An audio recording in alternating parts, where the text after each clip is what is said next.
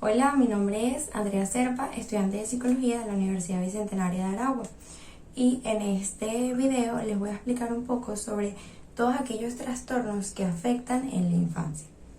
Primeramente debemos saber que los trastornos mentales en niños son clasificados como serios cambios en la forma habitual de aprender, comportarse o manejar las emociones, lo cual causa angustia y problemas en las actividades diarias.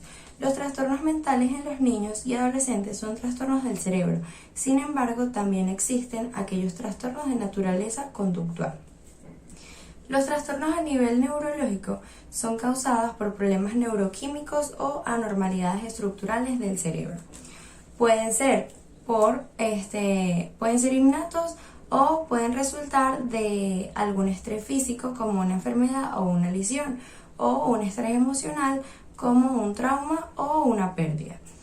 Y los trastornos conductuales son signos externos causados por una dificultad en el hogar, en la escuela o con los amigos en un niño físicamente sano. Los trastornos que hablaremos el día de hoy los vamos a dividir en 4 tipos. Primero, los trastornos del desarrollo neurológico. Segundo, los trastornos depresivos. Tercero, los trastornos de ansiedad. Y por último, el trastorno obsesivo-compulsivo. Dentro de los trastornos de desarrollo neurológico tenemos trastornos del desarrollo intelectual. La discapacidad intelectual es un trastorno que comienza durante el periodo del desarrollo y que incluye limitaciones del funcionamiento intelectual como también del comportamiento adaptativo en los dominios conceptual, social y práctico. Normalmente quienes padecen de este trastorno cumplen con deficiencias de las funciones intelectuales, como el razonamiento, la resolución de problemas, la planificación, el pensamiento abstracto, el juicio, el aprendizaje académico y el aprendizaje a partir de la experiencia, confirmados mediante la evaluación clínica y pruebas de inteligencia estandarizadas individualizadas. También cumplen con deficiencias del comportamiento adaptativo que producen fracaso del cumplimiento de los estándares del desarrollo y socioculturales para la autonomía personal y la responsabilidad social. Sin apoyo continuo, las deficiencias adaptativas limitan el funcionamiento en una o más actividades de la vida cotidiana, como la comunicación, la participación social y la vida independiente en múltiples entornos, tales como el hogar, la escuela, el trabajo y la comunidad en general. También cumplen con el inicio de las deficiencias intelectuales y adaptativas durante el periodo del desarrollo. Como segundo trastorno del desarrollo neurológico tenemos el trastorno del lenguaje. Este trata de las dificultades persistentes en la adquisición y uso del lenguaje en todas sus modalidades, oral, escrito, en señas, etc., debido a las deficiencias de la comprensión o la producción que incluye vocabulario reducido, estructura gramatical reducida y deterioro del discurso. El inicio de los síntomas se produce normalmente en las primeras fases del periodo del desarrollo. Las dificultades de este trastorno no se pueden atribuir a un deterioro auditivo o sensorial de otro tipo, a una disfunción motora o a otra afección médica o neurológica. Como tercer trastorno del desarrollo neurológico tenemos el trastorno de la fluidez de inicio en la infancia. Son alteraciones de la fluidez y la organización temporal normales del habla que son inadecuadas para la edad del individuo y las habilidades del lenguaje. Persisten con el tiempo y se caracterizan por la aparición frecuente y notable de uno o más de los siguientes factores: repetición de sonidos y sílabas, prolongación de sonidos de consonantes y de vocales, palabras fragmentadas, ejemplo, pausas en medio de una palabra, bloqueo audible o silencioso, pausas en general en el habla, circunloquios, sustitución de palabras para evitar palabras problemáticas, palabras producidas por un exceso de tensión física y repetición de palabras completas monosílabas. La alteración causa ansiedad al hablar o limitaciones en la comunicación eficaz, la participación social, el rendimiento académico o laboral de forma individual o en cualquier combinación. Como cuarto trastorno del desarrollo neurológico tenemos los trastornos del espectro del autismo, que son deficiencias persistentes en la comunicación social y en la interacción social en diversos contextos, manifestados por 1. Las deficiencias en la reciprocidad socioemocional. Varían desde un acercamiento social anormal y fracaso de la conversación normal en ambos sentidos, pasando por la disminución en intereses, emociones u afectos compartidos hasta el fracaso en iniciar o responder a interacciones sociales. 2. Las deficiencias en las conductas comunicativas no verbales utilizadas en la interacción social varían desde una comunicación verbal y no verbal poco integrada, pasando por anomalías del contacto visual y del lenguaje corporal, o deficiencias de la comprensión y el uso de gestos, hasta una falta total de expresión facial y de comunicación no verbal. 3. Las deficiencias en el desarrollo, mantenimiento y comprensión de las relaciones varían, por ejemplo, desde dificultades para ajustar el comportamiento en diversos contextos sociales, pasando por dificultades para compartir juegos imaginativos o para hacer amigos, hasta la ausencia de interés por otras personas. Los síntomas de este trastorno han de estar presentes en las primeras fases del periodo de desarrollo. Estos síntomas causan un deterioro clínicamente significativo dentro de lo que es el ámbito social, laboral u otras áreas importantes del funcionamiento habitual. Como quinto trastorno del desarrollo neurológico, conseguimos al trastorno por déficit de atención con hiperactividad. Este es un patrón persistente de inatención e hiperactividad e impulsividad, que interfiere en lo que es el funcionamiento o el desarrollo del niño, que se caracteriza por, como ya se dijo anteriormente, por inatención o hiperactividad e impulsividad. Lo que se trata de la inatención en este trastorno es que el niño demuestra fallas en prestar atención a algún detalle. Por descuido comete diferentes errores, no le gusta hacer tarea, muestra desinterés en comenzar alguna tarea, tiene dificultad para mantener la atención en algo en específico, evita cuando la persona le está hablando, no presta atención cuando se le habla directamente, pierde cosas innecesarias para las tareas, busca cualquier excusa para no realizarlas, se olvida de sus actividades cotidianas, no tiene organización en lo que es el inicio de sus tareas ni sus actividades diarias y normalmente se distrae con facilidad por cualquier estímulo externo. Por otro lado, lo que es la hiperactividad e impulsividad es cuando el niño juega o se distrae con lo que son sus manos o pies. También se retuerce en lo que puede ser el asiento o la silla en donde esté realizando las tareas, se levanta continuamente en situaciones en donde se debería estar prestando atención, se la pasa corriendo, se guinda de diferentes estímulos externos que consiga para poder llamar la atención, no permanece sentado, le cuesta mucho, es incapaz de ocuparse en alguna actividad específica o en alguna actividad recreativa, habla excesivamente, le es difícil esperar su turno cuando le toca esperar y normalmente es común en este trastorno que el niño interrumpa o se meta en alguna conversación que no tenga que ver con él. Algunos síntomas de hiperactividad o de inatención deben de estar presentes antes de los 12 años.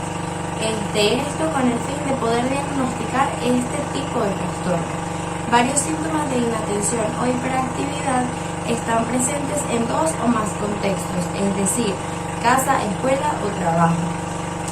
En conclusión, para poder detectar este trastorno, el niño debería presentar estos síntomas que se nombraron anteriormente antes de los 12 años y en 2 ámbitos, casa, escuela o trabajo. El sexto trastorno que conseguimos dentro de lo que son los trastornos del desarrollo neurológico es el trastorno del desarrollo de la coordinación. Se trata de que la adquisición y ejecución de las habilidades motoras está muy por debajo de lo esperado para la edad cronológica del individuo, la oportunidad de aprendizaje y el uso de las aptitudes. Las dificultades se manifiestan como torpeza, así como lentitud e imprecisión en lo que son las actividades de la vida cotidiana apropiadas, obviamente, para la edad cronológica. Esto afecta a la productividad académica escolar. Las actividades prevocacionales y vocacionales también, el ocio y el juego. Los síntomas de este trastorno normalmente deberían de comenzar en lo que son las primeras fases del desarrollo del niño. Como séptimo tipo de los trastornos que se encuentran dentro de la clasificación de los trastornos del desarrollo neurológico, encontramos los trastornos de tics. Sabemos que un tic es una vocalización o movimiento súbito, rápido, recurrente y no rítmico. Son espasmos, movimientos o sonidos repentinos que se hacen de manera repetitiva. Las personas que tienen tics no pueden controlarlos voluntariamente. Según el DSM-5, encontramos el trastorno de la Tourette, el trastorno de tic persistente, motor o vocal y el trastorno de tic transitorio. El trastorno de la Tourette, para que una persona sea diagnosticada con este tipo de tic o este tipo de trastorno, debe tener 2 o más tics motores y al menos un tic vocal, aunque es posible que no todos ocurran al mismo tiempo. También debe haber tenido estos tics durante al menos un año y estos debieron en su momento haber comenzado antes de los 18 años de edad. Los trastornos de tics motores o vocales persistentes, estas personas que presentan estos tics deben tener 1 o más tics motores o vocales, pero no ambas clases al mismo tiempo. Estos tics ocurren muchas veces al día. Deben haber comenzado antes de los 18 años de edad y para poder ser diagnosticado como tics motores o vocales persistentes no tenían que haber tenido un diagnóstico del trastorno de la Tourette. Luego, en los trastornos del tic transitorio, que ya es el último, este trastorno debe presentar 1 o más tics, tanto motores como vocales, que no hayan sido por más de 12 meses seguidos. También tuvieron que haber comenzado antes de los 18 años de edad y no haber recibido ningún diagnóstico de los trastornos anteriores. Ya finalizados los trastornos del desarrollo neurológico, nos encontramos con el trastorno que se encuentra dentro de la clasificación de trastornos depresivos. Este trastorno es el trastorno de desregulación destructiva del estado de ánimo. Son accesos de cóleras graves y recurrentes que se manifiestan verbalmente o con el comportamiento, cuya intensidad o duración son desproporcionados a la situación. Los accesos de cólera no concuerdan con el grado de desarrollo. Además, se producen normalmente unas 3 o más veces por semana. El estado de ánimo entre los accesos de cólera es persistentemente irritable la mayor parte del día, la mayor cantidad de días de la semana, y es observable por otras personas. Este trastorno está presente durante un año o más, y dentro de este tiempo el individuo no tiene un periodo de 3 o más meses consecutivos sin todos los síntomas. El diagnóstico de este trastorno se hace entre los 6 y los 18 años, pero normalmente se diagnostica con mayor facilidad entre los 10 años de edad. Pasamos ahora a lo que son los trastornos de la ansiedad. En esta oportunidad podemos definir estos tipos de trastornos en 3. El primero es la fobia específica, que es aquel miedo o ansiedad intensa por un objeto o situación específica. El objeto de esta situación fóbica casi siempre provoca miedo o ansiedad inmediata. El miedo o la ansiedad es desproporcionada al peligro real que plantea el objeto o la situación y al contexto sociocultural. El tiempo de estas fobias normalmente son entre 6 o un poquito más de 6 meses. Estas fobias causan malestar clínicamente significativo o deterioro en lo social, laboral o cualquier área importante del funcionamiento de la persona. El segundo trastorno de la clasificación de los trastornos de ansiedad es el trastorno de ansiedad social. Es aquel miedo o ansiedad intensa en una o más situaciones sociales en las que el individuo se encuentra expuesto al posible examen de otras personas. Algunos ejemplos de estas situaciones podrían ser el ser observados o actuar delante de otras personas.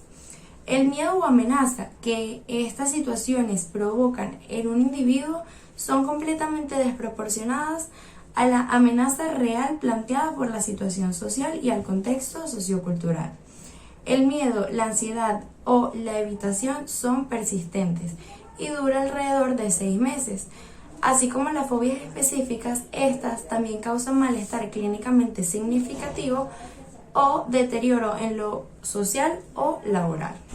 Como tercer y último trastorno de ansiedad tenemos el trastorno de pánico. Son aquellos ataques de pánico imprevistos y recurrentes. Un ataque de pánico es la aparición súbita de un miedo intenso o de un malestar intenso que alcanza su máxima expresión en minutos. Y durante estos minutos se producen 4 o más de los siguientes síntomas que explicaré a continuación. 1. Palpitaciones o aceleración en lo que es la frecuencia cardíaca. Sudoración, temblores, sensación de dificultad para respirar o asfixia. Sensación de ahogo, dolor o molestias en el tórax, náuseas o malestar abdominal. Sensación de mareo, inestabilidad, aturdimiento e incluso desmayo. Escalofríos o sensación de calor. Parestiasis, que es la sensación de entumecimiento o de hormigueo. Es cuando uno dice se me durmió la mano, se me durmió la pierna. Desrealización, sensación de irrealidad. O despersonalización, que es la sensación de separarse de uno mismo. Miedo a perder el control o de volverse loco, o incluso como último síntoma también miedo a morir. Finalmente nos encontramos con los trastornos obsesivos compulsivos, que se entienden como la aparición de obsesiones, compulsiones o ambas. Sabiendo que las obsesiones se definen por pensamientos, impulsos o imágenes recurrentes y persistentes que se experimentan en algún momento durante el trastorno, como intrusas o no deseadas, y que en la mayoría de los sujetos causan ansiedad o malestar importante. El sujeto intenta ignorar o suprimir estos pensamientos, impulsos o imágenes o neutralizarlos con algún otro pensamiento o algún otro acto. Por otro lado, las compulsiones se definen por comportamientos o actos mentales repetitivos que el sujeto realiza como respuesta a una obsesión o de acuerdo con reglas que ha de aplicar de manera rígida. Espero este video haya respondido todas las dudas que hayas tenido con el tema de todos los trastornos que se presentan en la infancia, en la niñez o en la adolescencia. Sin más nada que decir, me despido y nos vemos en una próxima oportunidad.